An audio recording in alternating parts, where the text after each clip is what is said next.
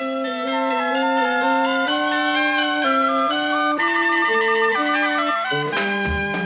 everyone to Card Collectanea. This is Cindy, and I'm back with number 20 of my challenge, and this time I wanted to do some religious cards, some scripture verse cards, and I had a particular idea in mind. I had to borrow a cartridge from a friend, and this is the Country Life cartridge, and I'm indebted to two people for the ideas from this card. One is Dee at Dee's Bugaboo Boutique. I'll leave the link on my site here, and you can link to her and see what the wonderful word art she's done with scripture. And the other is Mary, who used Country Life and a lamp that's on here in a card that she had made a while back. And I changed up that idea somewhat, and I have something today. So I'm starting with Country Life, and we'll get to that for a moment. And I'm starting with a black 4 1/4 by 5 1/2 inch card. 8 1/2 by 11 cut in half and then scored and folded. And onto that I'm going to add a piece of burgundy paper, a matte. This is actually one from the Gemstones line that Coordination sells, and it's shiny on this side. It's very pretty on that side, but because of the color combination I wanted today, I chose to use the darker side, the not shiny side. And so I cut that 3/16 inches smaller than the card, and that makes it 4 1/16 in this direction and 5 5/16 this way. And onto that I'm going to add a black with off-white print. This is from Paper Studio, and I liked the darker maroon with this what I thought to be a richer color here on the white, the off-white and black. So that's why I chose that darker, not sparkly side. So I'm going to put these two mats on together and then put them on the card, and then I'll be back to show you what's next.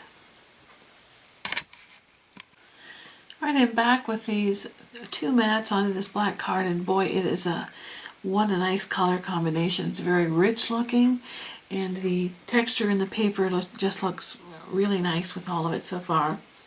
Now I'm going to add next this little border that I cut from a piece of off-white paper from a value pack from Joann's, and I'm using the Martha Stewart punch, and I'm not sure what name is on this one, but it sort of gives a scallop, and then it has almost like a bracket shape on it, and then it has little dots all the way through it.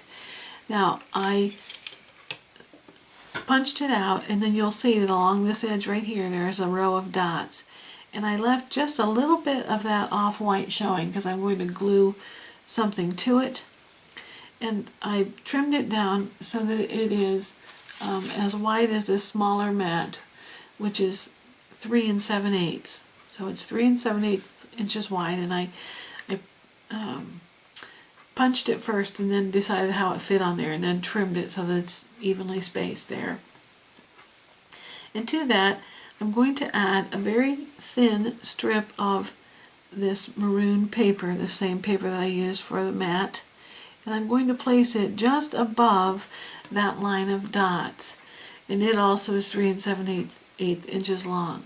So I'm going to put that on there, but before I do that I'm going to add the cut that I used from Country Life, and this is this lamp on page 64, and it has a number of layers, but I didn't use any of those with one exception. I cut just this lamp. I cut it out just as it was by itself, but I cut it all in black.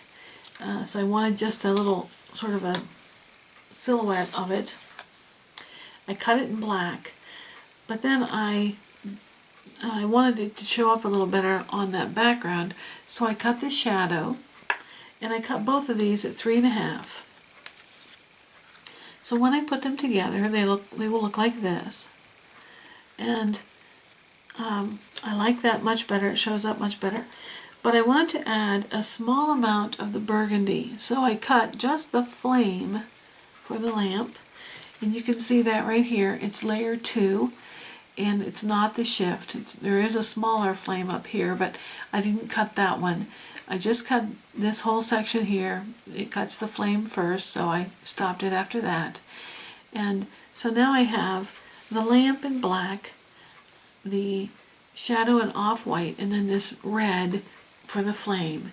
And I'll put those together in a bit here. And when I do that, then I'm going to put my border here. I'm going to butt this one right up against it.